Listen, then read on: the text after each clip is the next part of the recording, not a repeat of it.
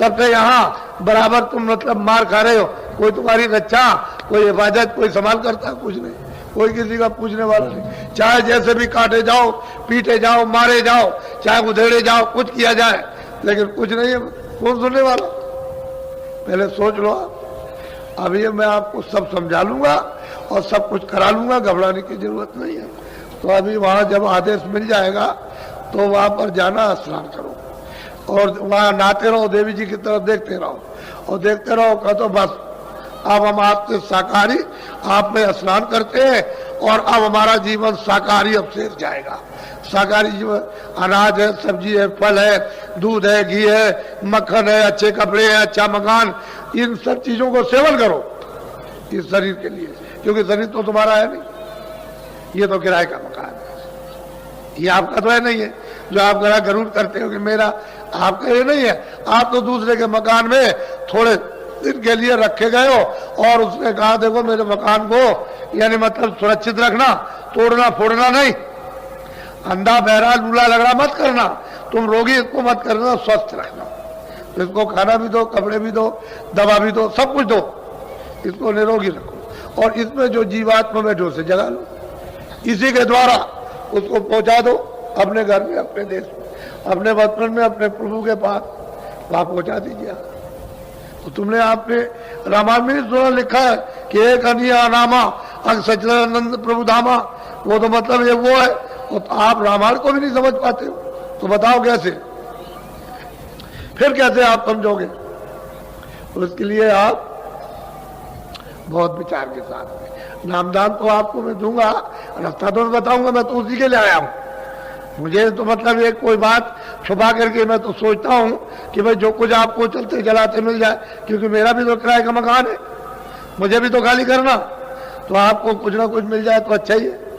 गुरु महाराज तो ये आदेश दे के गए थे कि जो चीज दी है उसको रखना नहीं, दूसरों को दे देना, लोगों की जीवों के फायदे में आ जाए। तो मुझे तो वो पालन करना है कि उसका उल्लंघन करना। अब यह है कि कोई ले सकता, कोई नहीं ले सकता, वो तो मतलब ये है कि उसके ऊपर निर्भर है, क्योंकि उसकी स्वतंत्रता है, उसको आजादी मिली है कि ले ले, उसको आजादी मिली फेंक दे, ये तो उसके ऊपर है। तो सब तरह का अधिकार आपको लोक में कर्म करने का मिल गया है, आप उसका उल्लंघन मत करो। जिसके देश में रहो उसके नियम के अनुकूल यानी चलो तब छूट जाओगे, जेल खाने से बाहर हो जाओगे, और नियम के विरुद्ध चलोगे तो मतलब है कि फिर आप सजा मिल जाएगी, उसकी सजा अलग है। यहाँ का नियम तोड़ो तो यहाँ की सजा मिल जाती है, 5 साल की, 2 साल की, 1 साल की, 10 साल की, ज्यादा गलती करो तो फांसी हो जाती है। तो असल में नियम का उल्लंघन ही करने पर, अरे भाई उल्लंघन के ही तो कानून है, उसी के लिए कोर्ट कचहरी है कि आपने ये बुरा काम किया, आप ऐसा मत करो, उसकी सजा दी जाती। माफी मांग लोगे, नहीं करेंगे तो ठीक है, लेकिन करोगे उसी के लिए कि तुम्हारी आदत, तुम्हारा स्वभाव छूट जाए, उसी के लिए सत्यता, सेवा के लिए, प्रेम के लिए, सत्यता के लिए, इसके लिए तो कोई कटौती न कभी हुई न कभी होगी। कोर्ट कचहरी तो बुरे काम के लिए, अच्छे काम के लिए कभी भी नहीं है। तो आप लोग मनुष्य जीवन को आप सार्थक बनाओ। तो पहले तो मैं एक भजन कराऊंगा, क्योंकि मेरा काम तो भजन कराने का, असली काम दोनों काम ले लेना, कि ये भी शरीर के लिए भी लेना और भजन भी कराना। और उधर पे त्रिवेणी संगम पर भेजूंगा मेरी बातों को अच्छी तरह से। ये जिस घाट पर आप आए हो उस पर वो बैठे हुए, मल्लाह भी बैठे, पंडे भी बैठे। पंडा तो एक शब्द है, वैसे तो ब्राह्मण है, वो बैठे हुए, वो मेहनत करते हैं, दिन भर बैठे रहते हैं, मेहनत करते हैं, सामान को रखाते हैं, आपको मतलब है चंदन ये वो सब कुछ देते हैं, और मतलब ये है कि जगाते रहते हैं। तो आप मतलब मल्लाह नाव ले जाते हैं, ले आते हैं बरसात में, तो आगे इनकी उतराई तो थोड़ा बहुत उनको भी देते जाए, क्या बात है। अरे भाई रास्ते में तांगे में बैठोगे, इसमें बैठोगे तो थोड़ा बहुत उसको भी कि भाई मेहनत किए, चलो भाई तुम्हारी मेहनत करें। तो सब जगह अपनी अपनी मेहनत है, वो मेहनत का। रेल में बस में आते हो तो मतलब देकर आते हो, भाई वो भी मेहनत है, वो भी मतलब है कि चलेगा, टूटेगा फूटेगा ठीक हो जाएगा। तो हर जगह अपनी अपनी जगह मेहनत है, तो सबकी मेहनत दे दो तो जल्दी निकल जाओ, जल्दी काम हो जाए।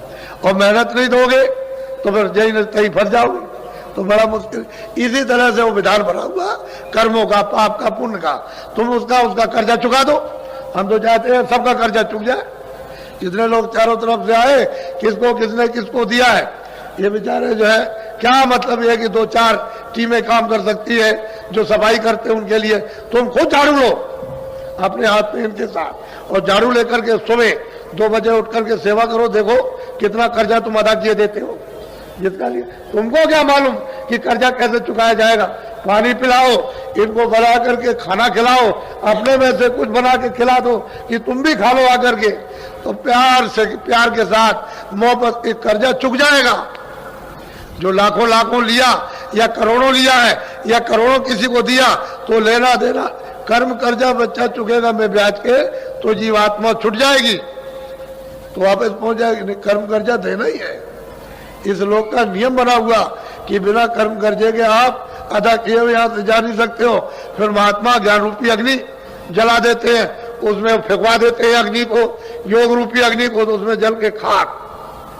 उसका साथ सामान तैयार कर लो, फेंकने में क्या देर लगेगी, 60 से साफ हो जाएगा। तो दिमाग, ज्ञान चक्षु, तीसरा नेत्र है यानी मनुष्य रूपी मंदिर में खुल जाएगा। यही से बैठ के स्वर्ग देखो, इसी जगह से। अरे तुमको क्या पता है स्वर्ग का? अभी किसी से पूछा जाए, तुम बहुत पढ़े लिखे हो, स्वर्ग में क्या क्या है और कौन कौन रहता है, तुम बता दोगे? जब तक देखोगे नहीं वहां, तब तक क्या बता सकते हो? वो मुसलमान कहते हैं कि वो 14 तबक है, 14 भवन है, ना वो बता सकते हैं ना आप बता सकते हो। वो किताबों को देखते रहते हो। अरे महात्माओं ने देखा तब लिखा, आपने तो कुछ किया नहीं, ना कुछ देखा, तो आप क्या बताओगे कि क्या चीज कहां पर है? तो देखो स्वर्ग में कितनी बड़ी बड़ी नदियां।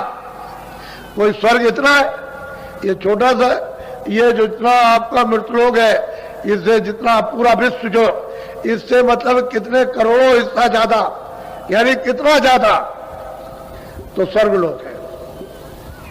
उसमें कितनी बड़ी बड़ी नदियां। ये तुम्हारी सब नदी ऐसे सारे संसार की ऐसे चला दी जाए एक नदी बनाकर, तो वहां इतनी सी मालूम होगी, ऐसी बड़ी बड़ी नदियां बह रही। अरे तुम उधर चलो उस रचना की तरफ, उस मतलब ये है कि देवलोक की तरफ में, कि यही से रास्ता जाता है सीधा। जब तुम्हारा ये साफ हो जाएगा तो बच्चा यही से सीधा।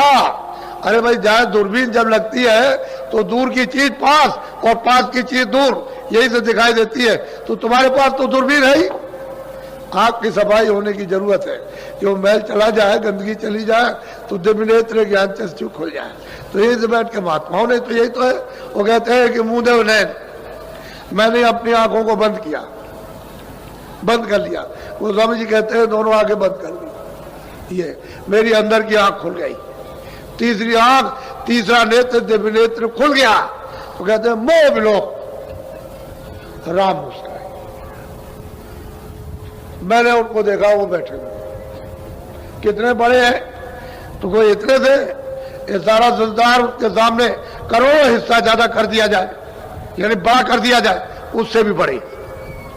कोई ऐसे बैठे, ऐसे इस तरह से कहते हैं मैंने उनको देखा, वो बैठे मोह विलोक राम। कहते हैं वो बैठे हो, मैंने उनको देखा और मुझे देख करके हंस पड़े, मैं भी हंस पड़ा।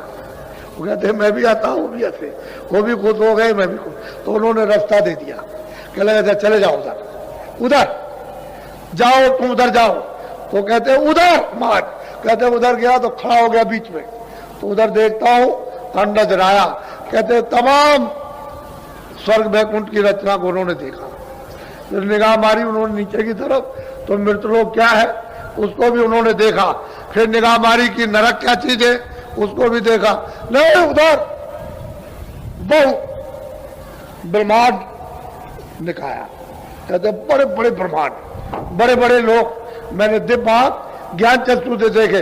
यही बैठ करके दोनों आंखें बंद की और यही बैठ करके मैंने उनको देखा। तो सफाई तो करो कम से कम, गंदगी कूड़ा कचरा भरे रहोगे तो कैसे हो? जब आंख खराब हो जाएगी तो कितने यत्न करते हो कि आंख किसी तरह से रोशनी दे जाए, तो तुम कितना यत्न करो। अरे भाई जहां पर ये कूड़ा कचरा जमा है वो बिना महापुरुष के कोई जानता ही नहीं, किसी को मालूम ही नहीं है, और बगैर उठ के कोई साफ कर नहीं सकता, चाहे जितना उपाय करो आप। तो उनको मालूम है इसकी जुक्ति के कूड़ा कचरा किस तरह से ये साफ होगा। तो जब वो रास्ता बता देंगे, दरवाजा बता देंगे तो टालो। थोड़ी सी मेहनत निमित्त